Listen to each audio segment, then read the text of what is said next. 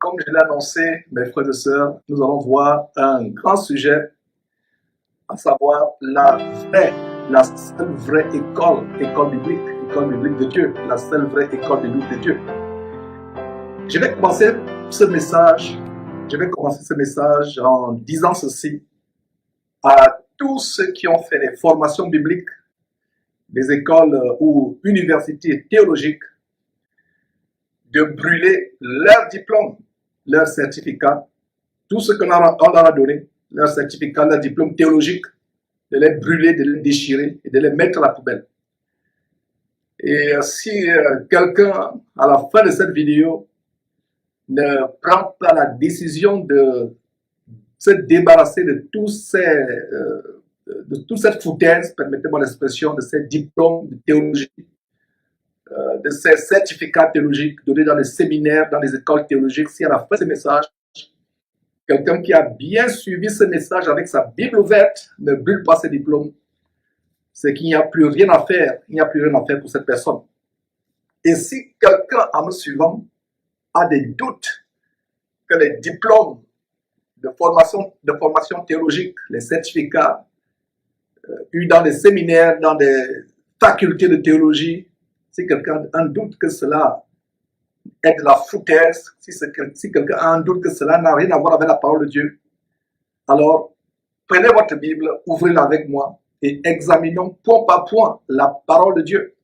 Cette parole n'est pas pour ceux qui n'aiment pas la parole de Dieu, ceux qui ont la démangeaison de n'entendre que des choses agréables venant de leur faux pasteur, de leur homme de Satan, pour ne pas dire homme de Dieu. Cette parole est pour ceux qui aiment Dieu, pour ceux qui cherchent la vérité, qui sont amoureux pour la vérité. Alors, si vous êtes véritablement amoureux de la vérité et que par erreur, par ignorance, vous avez fait une formation théologique dans une faculté théologique, dans une université théologique, dans un séminaire théologique, vous allez vous repentir, demander pardon à Dieu. L'ignorance n'est pas une excuse. L'ignorance n'est pas une excuse. Alors, si quelqu'un a encore un doute, ou quelqu'un a un doute par rapport à ce que je viens de dire, je vais laisser la parole de Dieu vous convaincre. Alors, allons dans Actes chapitre 4, verset 13. Et d'ailleurs, nous sommes en train de voir le livre de Actes, après avoir fini pendant près de 10 mois, la merveilleuse étude, verset après verset, étude approfondie, verset après verset du livre de Genèse, le premier livre de la Bible et le livre de tous les commencements. Nous avons engagé également le premier livre de la Nouvelle Alliance, qui est le livre de Actes. Et donc, on a vu ce que nous sommes sur le point de partager dans cette étude. C'est une étude que je vous recommande d'ailleurs. Et plaise à Dieu, ce samedi, nous allons poursuivre avec la fin du chapitre 5. Et on pourra voir aussi les chapitres 6 et 7 ce samedi. Plaise à Dieu, samedi 10 août de l'an de grâce 2019, dans quelques jours. Plaise à Dieu. Alors, allons au chapitre 4 de Actes, mes frères et sœurs. Et c'est le récit où Pierre, au nom de Jésus-Christ, avait administré miraculeusement, puissamment la délivrance à un homme boiteux de naissance qu'on portait et qu'on plaçait à la porte du temple appelé la Belle. Les chefs religieux de cette époque, éberlués, stupéfaits par cette puissance, ont arrêté Pierre et Jean et les ont traînés devant le Sanhédrin, qui est une sorte de tribunal. Alors, qu'est-ce qui se passe? Lisez tout le contexte. D'ailleurs, on a étudié cela. On reviendra peut-être, plaise à Dieu, dans quelques jours, à l'occasion de l'étude de Actes. Alors, lisez le contexte par vous-même, mais allons lire, mes frères et sœurs, ce qui se passe au verset 13. Alors, Actes chapitre 4, verset 13. Lorsqu'ils virent qui? Les chefs du peuple, les chefs religieux, eux, ils avaient fait des formations. Et rappelez-vous d'ailleurs comment l'apôtre Paul, avant de devenir l'apôtre Paul, il s'appelait Saul de Tarse, comment il a été formé au pied d'un superbe académicien nommé Gamaliel. Et quand l'apôtre Paul se convertit, il se débarrasse de tous les diplômes qu'il a eus. Le doctorat était en théologie judaïste ou juive. Il s'est débarrassé de cela. Il est devenu un disciple de Jésus-Christ et il est entré à la véritable école biblique, la seule vraie école biblique que vous allez découvrir. Pour ceux qui ne l'ont pas encore découvert, la plupart de ceux qui suivent ces enseignements sur Jésus-Christ TV savent de quoi je parle. Mais pour vous qui ne savez pas quelle est la seule vraie école biblique que vous a donnée, vous allez voir cela. Alors, Nous avons donc un académicien réputé comme Gamaliel qui a formé Paul. Et une fois que Paul est converti, il sort du pharisaïsme, il se débarrasse de ses diplômes de théologie. D'ailleurs, en Philippiens, il parle de cela. Lui qui a été formé, il a eu un doctorat, il s'est débarrassé de ces choses. Aucun disciple de Jésus-Christ véritable n'ira faire une formation théologique pour le servir. Et nous allons voir à quoi ça sert cette formation théologique. Et d'ailleurs, si vous faites vos recherches, allez sur Google, ne soyez pas paresseux, peuple de Dieu. Je vous ai dit hier que les chrétiens sont de plus en plus paresseux. Allez sur Wikipédia, allez sur Google, tapez. Vous allez voir que la première faculté de théologie, la première université théologique, c'était relativement récemment. C'est au Moyen-Âge qu'on a commencé à voir le phénomène des facultés de théologie. Près de 1500 ans après la montée de Jésus-Christ au ciel. Les chrétiens du premier siècle n'allaient pas dans les formations où on disait que voilà, vous avez été formé aujourd'hui, à partir d'aujourd'hui, vous serez un pasteur, vous avez été formé, vous serez aujourd'hui un évêque. Mais frères et sœurs, c'est la théologie qu'on vous enseigne, la science de Dieu, c'est l'humanisme, c'est la psychologie, c'est la sociologie. Ils veulent mettre Dieu dans un laboratoire. Pouvez-vous mettre Dieu dans un laboratoire? Pouvez-vous faire de Dieu un objet d'étude scientifique? La théologie signifie, pour ceux qui ne savent pas, théologie signifie théologos, théos, du mot grec. Je ne vais pas vous épater, mes frères et sœurs, c'est tout simplement pour vous, que vous compreniez, donc ne soyez pas mystifiés ou épatés par ces termes pédants. C'est tout simplement pour que vous compreniez que théologie vient de théos, logos. Logos, c'est la connaissance en grec, connaissance. Vous avez la philosophie qui est l'amour de la sagesse, philos, sophos, la sagesse. Vous avez aussi la théologie, logos, tout ce, quand vous voyez quelque chose, sociologie, pédagogie, tout ce qui termine par ogie, ça vient de logos, qui signifie la sagesse humaine, la sagesse de la terre. Alors, théos signifie Dieu, donc la théologie, c'est une prétention humaine inspirée par Satan de vouloir faire de Dieu un objet d'étude scientifique, un objet de recherche scientifique. Aucun disciple n'a mis Dieu dans un laboratoire. Aucun disciple de Jésus-Christ au premier siècle, dans le livre d'Actes, n'a fait de Dieu un sujet d'étude scientifique dans une académie, dans une université. Alors, mes frères et sœurs, lisons attentivement ce verset. Actes chapitre 4, verset 13. Voilà donc Pierre et Jean qui sont traînés devant les chefs religieux qui avaient été formés chez les Gamaliel, les consorts, des grands académiciens de l'époque. Ils avaient été formés dans toute la loi, ils se vantaient. Et allez voir comment Jésus les décrit en Matthieu chapitre 23. Ils ont les soutanes, les grandes robes, les phylactères. Vous allez regarder un peu dans ces écoles de formation théologique bidon. On vous donne des diplômes, on vous fait porter des toges et ça n'a rien à voir avec ces universités franc-maçonniques qui sont dans le monde.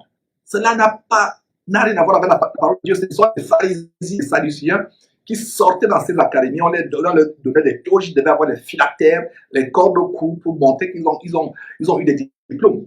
Alors, regardez donc comment Pierre et Jean, en Actes chapitre 4, comparaissent devant le Sanhédrin, comparaissent devant les chefs religieux qui, eux, avaient été formés. Alors, regardez ce qu'ils disent. Alors, verset 13, lorsqu'ils virent l'assurance de Pierre et de Jean, ils furent étonnés, soulignés, étonnés. Ils furent comment? Ils furent étonnés, sachant que c'était les hommes du peuple sans instruction. J'utilise la version 8 secondes, que je vous recommande, 8 secondes, 1910. 8 secondes, 1910. La version 8 secondes dit, c'était les hommes du peuple sans instruction. Mes frères et sœurs, voilà la première révélation. Ils n'avaient fait aucune formation théologique. Ils n'avaient été allés dans aucune université. Ils étaient des hommes du peuple sans instruction. Regardez, ils furent étonnés, stupéfaits, émerveillés, épatés, ahuris de ce que Pierre et Jean étaient des hommes du peuple, de la basse classe sociale. C'était comme on dit, la plèbe. C'était la plèbe, c'était la populace qui faisait partie. La populace faisait partie de la classe paysanne, du bas peuple. Pierre était un pécheur ainsi que Jean. Alors, regardez comment ils sont étonnés que ces gens peuvent parler. Regardez le grand discours de Pierre le jour de la Pentecôte. Pierre qui, quelques jours avant, la réception du Saint-Esprit était derrière les portes fermées à cause de la peur qu'il avait des Juifs. Mais regardez comment, une fois que Paul reçoit la puissance du Saint-Esprit, le même jour, Paul fait un discours qui va choquer Jérusalem pour 000 personnes vont se convertir alors qu'avant, ils se moquaient d'eux.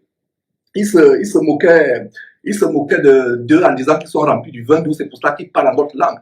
Le jour de la Pentecôte, Paul donne un très grand discours et aussi, quand Pierre et Jean sont tenus devant le Sanhédrin, ils sont émerveillés, ils sont épatés parce qu'ils se disent que mais comment ces gens sont sans instruction? Des gens sans instruction. Et notez très bien que la Bible Martin, c'est une Bible en français, c'est une autre version, dit homme sans lettres et idiot.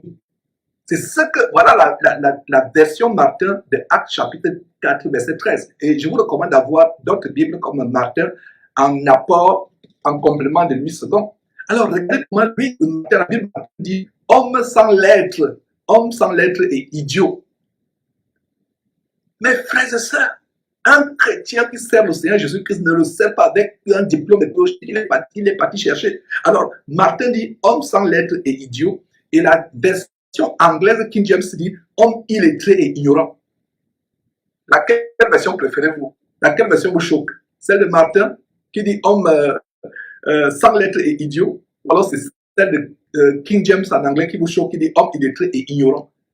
Les deux me choquent, mais en réalité ça ne me choque pas. Parce que comme on va voir, la sagesse de Dieu est une folie pour les gens de ce monde. Et la sagesse du monde, tout évidemment, est une folie pour Dieu. Lisons attentivement verset après verset.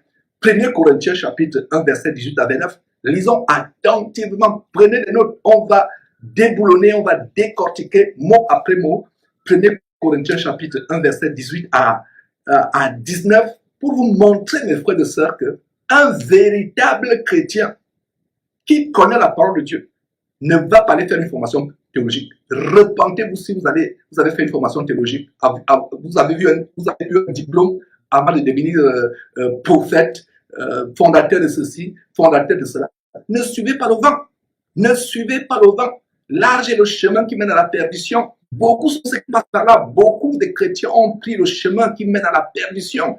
Le chemin des académies, des séminaires, des écoles théologiques. Le chemin de la formation. Aujourd'hui, je vais vous montrer le chemin de la véritable, la seule vraie école biblique à laquelle vous et moi nous devons entrer. Je vous donne mon exemple, mes frères et sœurs. Il y a des années, j'étais encore dans cette abomination du ministère de la Voix où j'ai passé 24 ans de ma vie. J'aspirais à de grandes choses, j'aspirais à être révérend en passant. Si quelqu'un s'appelle révérend, il a commis un grand blasphème parce qu'en Somme 119, la Bible de King James, la Bible anglaise, quelqu'un qui s'appelle révérend insulte Dieu, blasphème, usurpe le titre de Dieu parce que révérend signifie révérer. Standard de vénération, de respect craintif, d'adulation, de vénération, de révérence. Et aujourd'hui, vous voyez révérend. Tout ça, ça vient d'où? Ça vient de l'influence mondaine, séculière qui a infiltré le corps de Christ avec des formations théologiques, avec des académies. Cela n'est pas dans la parole de Dieu. Alors, mes frères, allons dans 1 Corinthiens. 1 Corinthiens chapitre 1, le tout premier chapitre, Paul écrivant aux Corinthiens, et les villes de Corinthe. Corinthe, c'était, je vais dire, la pépinière à l'époque de toutes les connaissances, du savoir, de la philosophie. Il écrit aux Corinthiens. Et pour que vous compreniez très bien la lettre de Paul, soit aux Corinthiens, soit aux Romains, il faut d'abord comprendre que Rome ou Corinthe, au premier siècle, au temps de Paul, c'était vraiment un véritable quota de l'intellectualisme, du savoir, de la culture. Il y avait un raffinement culturel, philosophique, intellectuel tellement avancé. Corinthe serait peut-être comme Harvard ou Yale, le campus de Yale, le campus de Harvard, serait peut-être comme le quartier latin dans les années, à la fin des années 60, à Paris, en France. Un endroit, un environnement de raffinement intellectuel, philosophique, culturel, artistique. Et c'est dans ce contexte-là où l'apôtre Paul apporte l'évangile. Rappelez-vous, quand il se retrouve en Athènes, le discours sur l'arropage, quand l'apôtre Paul parle, les philosophes épicuriens se moquent de lui. Et c'est cela, quand vous allez prêcher la croix de Christ, sans l'intellectualisme, sans la connaissance du monde, sans la sagesse du monde, mes frères et sœurs, qu'est-ce qui va se passer? On va se moquer de vous. Alors, lisons attentivement, vous ayant dit le contexte culturel, philosophique, artistique, intellectuel, intellectualiste de Corinthe, vous allez maintenant bien comprendre comment l'apôtre Paul s'adresse aux Corinthiens. Beaucoup de Corinthiens avaient été convertis. Même ils n'étaient pas encore totalement convertis. Il y avait encore ces ramifications, ce cordon ombilical philosophique, intellectualiste qui demeura en eux. Mes frères et sœurs, nous ne prêchons pas la parole de Dieu avec la connaissance du monde. Nous ne prêchons pas la parole avec les diplômes académiques. Nous ne prêchons pas la parole de Dieu avec les choses que nous avons reçues du monde. C'est avec le Saint-Esprit. Oui, le Saint-Esprit. Voilà, je vous annonce les couleurs par anticipation. J'étais tellement impatient. Voilà la seule véritable école biblique que nous avons, mes frères et sœurs, sur la base sur la base de la parole de Dieu. La seule école biblique que nous avons. Nous n'avons pas d'autre école biblique. C'est la seule école biblique que nous avons. Hein, sur la base de Jean chapitre 14, verset 26 ou Jean chapitre 16, verset 13. Nous allons revenir d'ailleurs là-dessus, mais lisons attentivement 1 Corinthiens chapitre 1, verset 18 à 19. Très attentivement, mes frères et sœurs, soyez tellement attentifs. Alors, nous voyons au verset 18, si vous lisez à partir du verset 17, Paul défend son ministère. Il y avait des divergences dans l'église, les chrétiens étaient divisés, certains voulaient suivre Paul, d'autres voulaient suivre Apollos, d'autres voulaient suivre Céphas qui est Pierre. Il y avait des dissensions, il y avait beaucoup de choses. L'intellectualisme, comme je vous ai dit, était encore prévalent à l'époque. Alors, regardez comment l'apôtre Paul justifie son ministère en le fondant sur Christ. N'oubliez jamais ce verset que presque tous les jours je vous donne. Éphésiens chapitre 2, verset 20 qui dit « Nous bâtissons sur le fondement des apôtres et des prophètes, Jésus-Christ lui-même étant la pierre angulaire. Aucun disciple de Jésus-Christ n'est allé dans une école de formation. Aucun disciple de Jésus-Christ n'a eu un certificat de théologie. Si quelqu'un chrétien a une formation, un certificat, un diplôme théologique, une licence d'une faculté théologique, quelque part, une maîtrise d'une faculté théologique, mes frères et sœurs, qu'est-ce qui se passe? Il est aux antipodes de la foi de Christ. C'est même une façon pour lui de crucifier la croix de Christ, de mépriser, de cracher sur la croix de Christ. Vous voulez servir Dieu en allant acquérir des connaissances humaines, en ayant un titre pour que les gens reconnaissent que vous êtes homme de Dieu. C'est par le Saint-Esprit, l'attestation de notre service. C'est le Saint-Esprit, mes frères et sœurs. Alors, 1 Corinthiens chapitre 1, verset 18. Car la prédication de la croix, regardez l'apôtre Paul, notez mes frères ces versets, nous sommes à 1 Corinthiens chapitre 1, verset 18, car la prédication, c'est-à-dire prêcher de la croix, est une folie pour ceux qui périssent, c'est-à-dire les gens du monde, et ils sont déjà morts. Jésus disait, allez laisser les morts enterrer les morts. Quand ce jeune homme a dit à Jésus, Seigneur, vraiment, je vais te suivre, mais laisse-moi d'abord aller enterrer mon père qui vient de mourir. Jésus lui a dit, laisse les morts aller enterrer les morts. Pendant des années, je n'ai pas compris cela jusqu'à ce que le Saint-Esprit ouvre ma tête et me fasse comprendre que non. Il y a ceux qui vivent encore, mais qui ne croient pas en Jésus-Christ, qui n'acceptent pas Jésus-Christ, qui pensent que Jésus-Christ est la folie. Ils sont semblables à ceux qui sont morts, ils sont morts vivants. Ils vivent au souffle, mais en réalité, ils sont morts. Donc, la prédication de la croix est une folie pour ceux qui périssent. Mais pour nous qui sommes sauvés, elle est une puissance de Dieu. Verset 19, aussi est-il écrit, je détruirai la sagesse des sages, j'anéantirai l'intelligence des intelligents. Voilà. Le verset 19, Dieu dit qu'il anéantira la sagesse l'intelligence des intelligents, il détruira la sagesse des sages. Et toi, encore, dans une université, prendre la sagesse du monde pour pouvoir servir Dieu. On vous enseigne, regardez les programmes dans les universités théologiques. Il n'y a pas seulement la parole de Dieu, d'ailleurs, ce n'est même pas la parole de Dieu qu'on vous enseigne. On vous enseigne même le marketing, comment remplir vos églises, les principes de marketing, les principes de gestion. En fait, voilà tous ceux qui sont partis dans les écoles de formation théologique deviennent plutôt des fondateurs d'épiceries évangéliques, deviennent des fondateurs de boutiques évangéliques parce qu'il y a des cours tels que la psychologie, comment manipuler les gens, comment les contrôler, le marketing, il y a même les cours de communication. Mes frères et sœurs, revenons à la simplicité de l'évangile. Donc, toi, tu vas suivre une formation avec la sagesse du monde, avec la sagesse des intelligents, avec l'intelligence des sages, alors que Dieu a dit qu'il va détruire l'un et l'autre. Verset 20, où est le sage? Où est le scribe? Où est le disputeur de ce siècle? Dieu n'a-t-il pas convaincu de folie la sagesse du monde? Voilà. Dieu n'a-t-il pas convaincu de folie la sagesse du monde? Alors toi, tu vas suivre, mes frères et sœurs, la formation théologique. Dieu convainc ces choses de folie et toi, tu vas suivre la folie. Mon frère, ma sœur, si tu as fait une formation théologique, c'est que tu as suivi la folie du monde. Si tu as fait une formation théologique, je répète, c'est que tu as suivi la folie du monde. Donc, déchire ces diplômes qui sont le reflet, la marque, la matérialisation de la folie du monde. Ce cachet qui est sur ce diplôme théologique, déchire ce diplôme. Parce que ce cachet est le cachet de la folie que tu as dans ta maison. Mes frères et sœurs, verset 21, puisque le monde, notez très bien verset 21, 1 Corinthiens chapitre 1, verset 21, puisque le monde, avec sa sagesse, n'a pas connu Dieu, dans la sagesse de Dieu, il a pu à Dieu de sauver les croyants par la folie de la prédication. La folie. Regardez, quelqu'un dit à Paul prêchait devant des rois, devant des sommités. Quelqu'un dit à Paul, ton grand savoir te rend fou. Ton grand savoir te rend fou. Il ne comprenait pas les choses de Dieu. Dieu a trouvé bon de nous sauver nous croyants par la folie de la prédication. Verset 22, les Juifs demandent des miracles.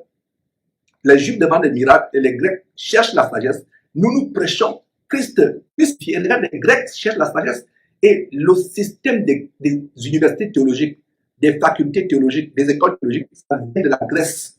Ça vient de la Grèce et de la Rome antique. Donc les Grecs cherchent la sagesse, les Juifs cherchent les miracles.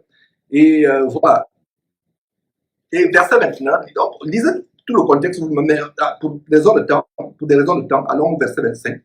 La folie de Dieu est plus sage que les hommes et la faiblesse de Dieu est plus forte que les hommes. Et la faiblesse de Dieu est plus forte que les hommes.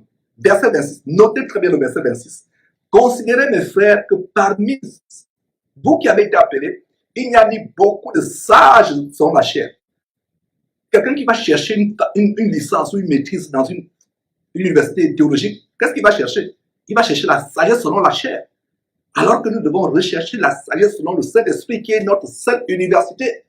Alors, considérez, frères, que parmi vous qui avez été appelés, il n'y a ni beaucoup de sages selon la chair, ni beaucoup de puissants, ni beaucoup de nobles. Regardez le corps de Christ. Cet évangile diabolique, la prospérité, de l'élévation personnelle, de faire de vous des leaders, de faire de vous des chefs d'entreprise, de faire de vous des grands de la terre. Parmi nous les chrétiens, il n'y a pas beaucoup de nobles, il n'y a pas beaucoup de puissants, il n'y a pas beaucoup de sages selon la chair. Et Dieu a voulu que ce soit ainsi. Mes frères et sœurs, verset 27, mais Dieu a choisi les choses folles du monde pour confondre les sages. Dieu a choisi les choses faibles du monde pour confondre les fortes. Donc toi tu vas suivre ce que Dieu a confondu, ce que Dieu a jugé de folie. Toi tu vas les chercher dans les académies. Verset 28, et Dieu a choisi les choses viles du monde et celles qu'on méprise, celles qui ne sont point, pour réduire à néant celles qui sont. Voilà le but de cette exhortation de ce midi, à ma pause, à savoir réduire à néant ces facultés de théologie, ces diplômes qui vous font prendre. Verset 29, afin que nulle chair ne se glorifie devant Dieu. Regardez, les gens se glorifient. J'ai eu un doctorat en sciences divines de l'université Robert Oral de Oklahoma, Tulsa. J'ai eu telle licence en économétrie céleste ou je ne sais pas. N'importe, mes frères, débarrassez-vous de ces choses afin que nulle chair ne se glorifie. Parce que si tu vas faire les formations académiques comme le certificat, il y a des gens qui alignent cela et disent voilà, j'ai fait tel certificat, donc c'est la preuve que je suis un grand homme de Dieu. Non! La preuve que tu es un grand homme de Dieu, c'est que tu portes chaque jour la croix de Jésus-Christ, la même croix que Jésus-Christ a portée. Tu te charges de cette croix, tu le suis, prêchant dans la simplicité, vivant une vie modeste, t'éloignant du péché, t'éloignant de l'amour de l'argent, t'éloignant de la grandeur. C'est ça, porter la croix de Jésus-Christ, c'est ça qui fait de vous un prédicateur. Et voilà, mes frères et sœurs, certains veulent justifier leur statut d'homme de Dieu, plutôt d'homme de Satan, par rapport à leur diplôme. Voilà, lisez attentivement encore ce passage, 1 Corinthiens chapitre 1, verset 18 à 29, et regardez qu'est-ce que Dieu, le Fils de Dieu, pardon, nous dit en Matthieu chapitre 11, verset 25. Et qu'est-ce que nous voyons cela en Matthieu chapitre 11, verset 25, en ce temps-là, Jésus prit la parole et il dit, je te loue Seigneur, je te loue Père, Seigneur du ciel et de la terre, de ce que tu as caché ces choses aux sages et aux intelligents et de ce que tu les as révélés aux enfants. Aux enfants. Quelle est la propriété d'un enfant? Un enfant ne raisonne pas, n'argumente pas, n'argumente pas, n'argumente pas. C'est pour cela que Jésus dit en Matthieu chapitre 14, Matthieu chapitre 19 plutôt, Matthieu chapitre 19, verset 14, Jésus dit, laissez les petits enfants venir à moi, car le royaume des cieux est pour ceux qui leur ressemblent. Donc, pour avoir part au royaume des cieux, soyez comme un petit enfant. Et en Matthieu chapitre 18, verset 3, le Seigneur Jésus dit, je vous le dis en vérité, je vous le dis, moi le Fils de Dieu, Jésus-Christ nous dit quoi? Je vous le dis en vérité, si vous ne vous convertissez pas et si vous ne devenez pas comme de petits enfants, vous n'entrerez pas dans le royaume de Dieu. Vous n'entrerez pas dans le royaume de Dieu. Quelle est la propriété d'un enfant? Il est simple, il est naïf. Je peux dire à ma petite fille Mercy ou Rebecca, regarde, oh, je vais te donner ce soleil, je vais te donner cette lune. Elle croit, elle est naïve, seulement, et toute hauteur qui se lève contre la connaissance de Dieu. Et nous amenons toute pensée captive à la parole de Dieu. Le raisonnement. Vous allez chercher le raisonnement, vous allez faire la philosophie divine, la psychologie divine, l'humanisme divin, la sociologie divine dans ces universités, dans ces formations de bidon. Et vous dites que vous allez servir Dieu. Vous ne pouvez pas servir Dieu avec ces choses. Parce que ça entraîne le raisonnement. Ça entraîne le raisonnement. Comme cette histoire que mon épouse Confort me racontait il y a quelques jours, elle a suivi à la radio. Un pasteur qui dénonçait l'homosexualité, qui dénonçait des choses aberrantes. Quelques jours après, quelques années après, il vient et dit que je regrette, j'ai eu tort de l'homosexualité. Un pasteur se lève, tout simplement parce qu'il a fait une formation théologique. Cet homme n'avait jamais été converti. Mon frère, ne pense pas que tu es converti parce que tu as suivi une formation théologique. Ceux qui ont suivi des formations théologiques, qui sont en train de servir Dieu parce qu'ils ont suivi des formations théologiques, c'est la preuve qu'ils ne sont pas convertis. Regardez, Jésus dit, soyez comme des petits enfants. Il dit à Matthieu chapitre 11, verset 5, je te loue, Père, il loue son Père. Il loue son Dieu et son Père en disant, je te loue parce que tu as caché ces choses, ces révélations aux gens intelligents, aux gens sages du monde, mais tu les as révélées aux enfants. Un enfant est naïf, un enfant prend facilement. Plus vous grandissez, c'est là où vous commencez à voir les problèmes de mettre votre confiance de manière naïve et candide à Dieu. Vous commencez à raisonner, est-ce que Dieu peut faire ceci, est-ce que Dieu peut faire cela? Si vous ne devenez comme un petit enfant, allez à l'école de Dieu. Allez à l'école de Dieu, mes frères et sœurs. Allez à l'école de Dieu. Et qu'est-ce qui se passe à Luc chapitre 24, après la résurrection de Jésus-Christ? Qu'est-ce qui se passe? Dieu, le Fils de Dieu, Jésus-Christ, ouvre l'esprit pour qu'ils comprennent les Écritures. Notez ce verset, Luc chapitre 24, verset 45. Jésus leur ouvrit l'esprit afin qu'ils comprennent les Écritures. Après qu'ils comprennent les Écritures, et si vous lisez des versets, quelques versets plus haut, le verset 30, Luc chapitre 24. Merci Seigneur pour cet enseignement. Merci Seigneur pour cet enseignement. Si vous lisez Luc chapitre 34, il n'y a pas de Luc chapitre 34, Luc chapitre 24 plutôt, verset 31. Qu'est-ce que nous voyons? Donc Jésus, alors leurs yeux s'ouvrirent. Ils ne pensaient pas qu'ils ne savaient pas que c'est Jésus qui était ressuscité, le Fils de Dieu qui était ressuscité, qui était à côté d'eux. Alors, leurs yeux s'ouvrirent et ils le reconnurent, mais Jésus disparut de devant eux. Verset 32, ils se dirent l'un à l'autre, notre cœur ne brûlait-il pas au-dedans de nous lorsqu'il nous parlait en chemin et nous expliquait les Écritures? Jésus leur expliquait les Écritures. Mais regardez ce qui se passe en Jean chapitre 14, verset 26. Jésus nous donne la révélation sur qu'est-ce qu'il nous enseignera après son départ sur terre. Voilà par où je conclus en vous montrant la grande et merveilleuse et seule véritable université à laquelle vous et moi, nous devons participer, nous devons nous affilier. Elle est gratuite. Elle est gratuite. Et le diplôme que nous recevons, c'est le diplôme de la transformation. C'est le diplôme d'une nouveauté de vie. C'est le diplôme de comment le vieil homme est détruit. Nous vivons selon une nature nouvelle. Voilà le diplôme spirituel qui est sur notre front. Une fois que nous entrons dans cette université du Saint-Esprit, alors Jean chapitre 14, frères et sœurs, il nous reste quelques minutes avant de terminer. Jean chapitre 14, notez ces deux versets, Jean chapitre 14, verset 26 et Jean chapitre 16, verset 13. Donc, Jean chapitre 14, verset 26, voilà la grande révélation sur cette université. Et Jésus dit quoi? Mais le consolateur, l'Esprit Saint, que le Père de Jésus-Christ, notre Père, que le Père enverra à mon nom, le nom de Jésus-Christ, vous enseignera toutes choses et vous rappellera tout ce que je vous ai dit. Voilà la grande révélation sur la seule vraie université qui vous enseigne toutes choses. Le consolateur devait nous consoler de l'absence de Jésus physiquement sur terre. Regardez comment les disciples disent en Luc chapitre 24 que notre cœur est dans la joie quand il nous ouvre l'esprit afin qu'ils comprennent les Écritures. Jésus avait la capacité d'ouvrir l'esprit pour que les gens comprennent les Écritures. Pour que les gens comprennent les Écritures. Et donc le premier verset qui nous montre que notre université de formation biblique, c'est le Saint-Esprit, c'est Jean chapitre 4, verset 26. Le consolateur, le Saint-Esprit, que le Père enverra à mon nom, vous enseignera toutes choses et vous rappellera ce que je vous ai dit. Et il y a un autre verset en Jean, que l'apôtre Jean a reçu de grandes révélations, mes frères et sœurs. Donc en Jean chapitre 16, deux chapitres plus tard, Jean chapitre 16, verset 13, qu'est-ce que nous voyons?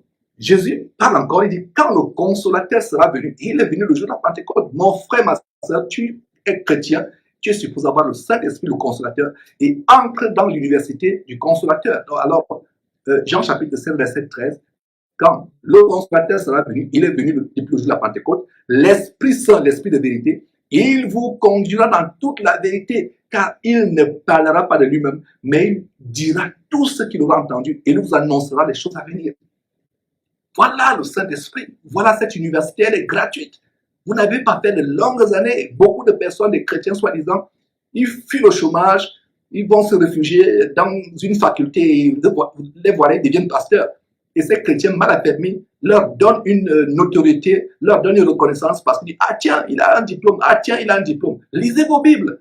Aucun disciple de Jésus-Christ dans la Bible n'a servi Dieu après un diplôme. Aucun disciple.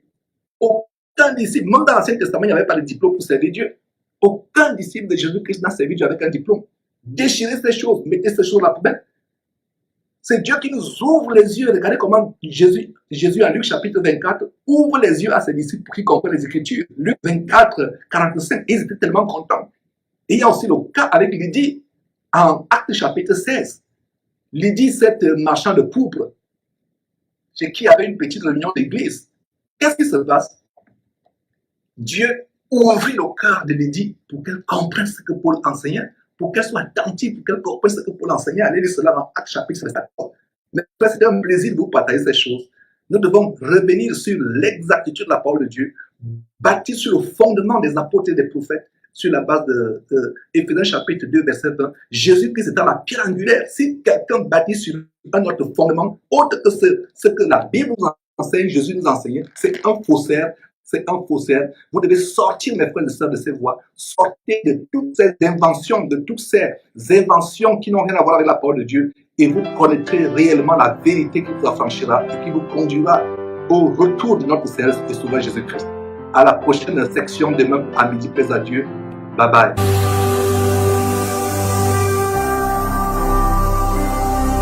Jésus-Christ TV, vous connaîtrez la vérité et la vérité vous affranchira.